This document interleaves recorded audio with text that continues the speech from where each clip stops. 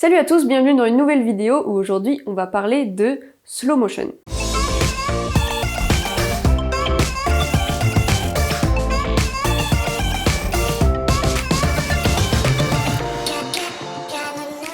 Le slow motion, la vidéo ralentie, la vidéo cadence rapide, tout ça c'est la même chose et quand on débute on voit tous nos youtubeurs préférés qui mettent plein de jolis plans au ralenti sur des voyages, sur des vidéos de ouf et on n'a qu'une seule envie, c'est de faire exactement la même chose. Mais ce qu'il faut savoir c'est que pour faire un beau ralenti ça nécessite un peu de technique et surtout un peu de théorie à savoir pour faire aussi bien que nos youtubeurs préférés. Alors comment faire un beau ralenti? Pourquoi toi quand tu en fais un ça saccade et c'est pas très beau? C'est ce qu'on va voir tout de suite. Pour bien comprendre le slow motion et pouvoir en faire ensuite par la suite, il faut d'abord revenir un petit peu sur la théorie de la vidéo. Quand tu regardes une vidéo, tu regardes en fait une suite d'images fixes. Et ce nombre d'images fixes par seconde, c'est ce qu'on appelle la cadence. Typiquement, la cadence au cinéma, c'est 24 images par seconde. En France, c'est 25 images par seconde. Aux États-Unis et en Asie, c'est 30 images par seconde. Alors pourquoi les cadences standards ne sont pas les mêmes partout dans le monde? Ça nécessiterait une vidéo entière pour tout expliquer, mais retenez simplement que c'est une histoire de courant électrique et que si on veut pas que notre vidéo scintille, il faut se caler sur cette fréquence de courant. Et c'est pour ça que entre la France et les États-Unis par exemple, c'est pas la même fréquence, donc on n'a pas la même cadence d'image. Donc pour la suite, je vais parler pour nous Français et pour créateurs de vidéos, donc je vais parler sur une cadence standard de 25 images par seconde.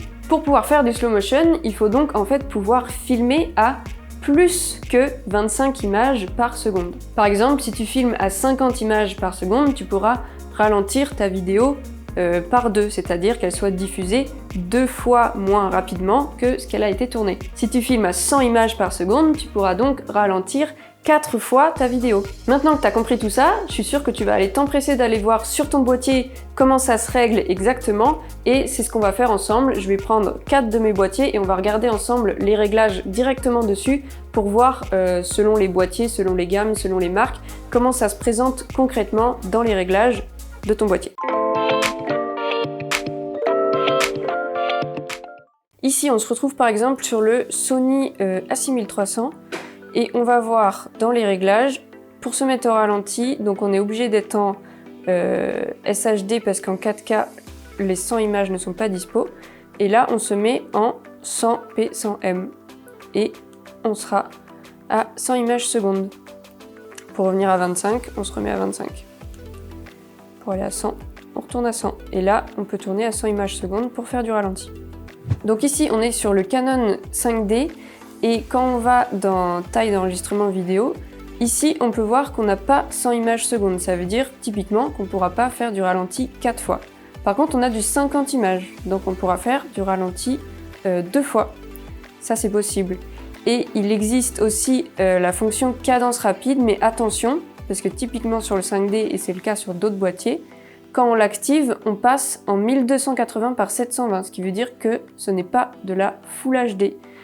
Donc on pourra faire du ralenti, mais pas en Full HD. Donc attention à ça. Et donc là, sur le 1DX, typiquement quand on va dans les réglages vidéo, on ne peut pas choisir de monter à 100 images secondes. On peut monter à 50 si on veut, mais on ne peut pas monter à 100. Par contre, si on ressort des réglages et qu'on va voir dans cadence rapide, là on peut l'activer et là on aura une image au ralenti à 100 images secondes.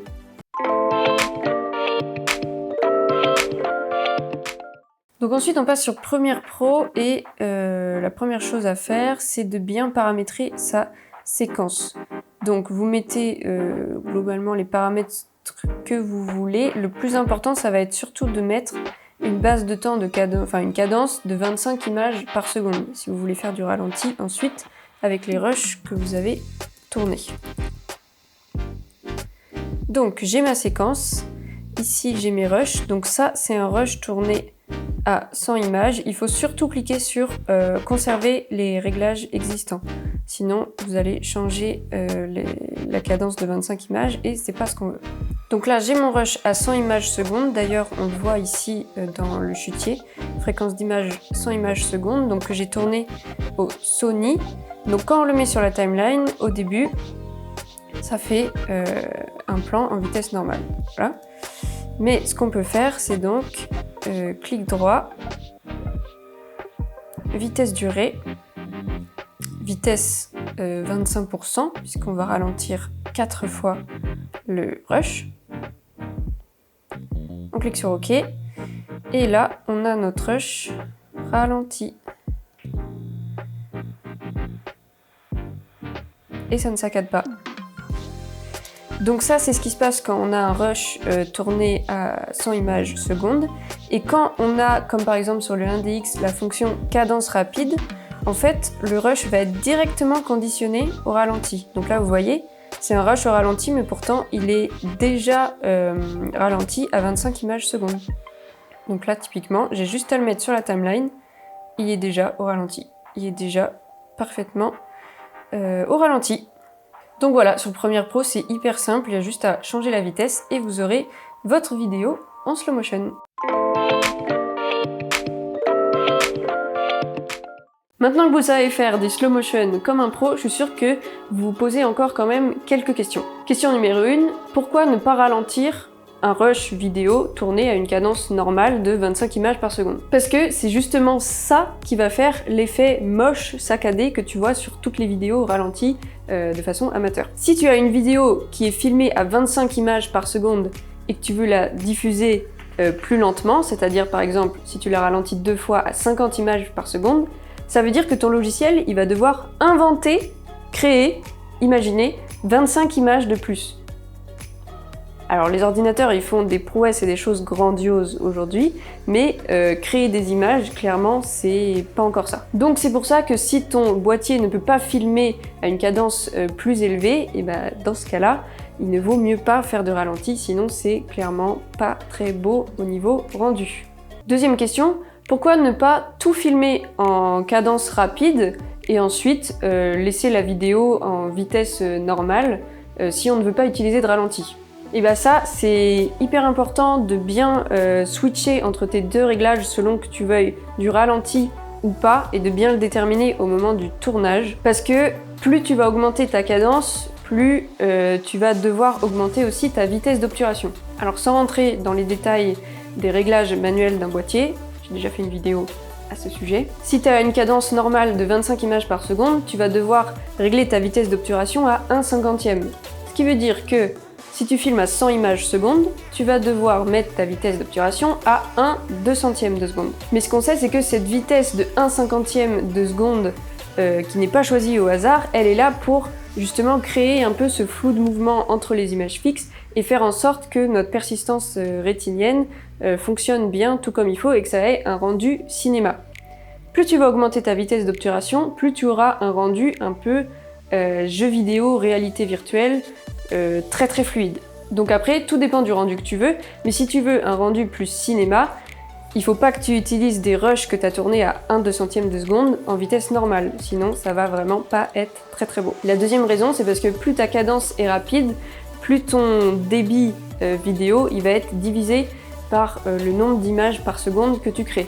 Donc plus tu as d'images par seconde, moins ton débit est bon, moins ta qualité sera bonne. Donc une vidéo tournée en cadence normale sera toujours de meilleure qualité qu'une vidéo tournée à une cadence élevée. Sauf sur des caméras de ouf, mais on n'en est pas là. C'est pourquoi fais bien attention au moment du tournage, si tu veux avoir un rush au ralenti ou en vitesse normale, choisis bien au bon moment au tournage. Donc, pour faire un bon slow motion, je rappelle, il faut déjà bien comprendre la théorie de ce que c'est une cadence d'image. Si tu n'as pas compris mon explication, n'hésite pas à aller voir d'autres vidéos YouTube où c'est expliqué plus longuement, il y a des articles de blog, il y a tout ce que tu veux qui explique tout ça, il faut que tu comprennes bien cette théorie. Ensuite, ça se passe sur les réglages de ton boîtier pour faire les bons réglages. Et enfin, sur Premiere Pro, il te suffit de changer la vitesse pour avoir du beau slow motion. Et voilà, j'espère que cette vidéo t'aura plu. Si elle t'a plu, n'hésite pas à liker, à t'abonner, à commenter, à partager. Ça fait beaucoup, mais c'est pas grave. Et surtout, n'oublie pas de déclencher l'émotion.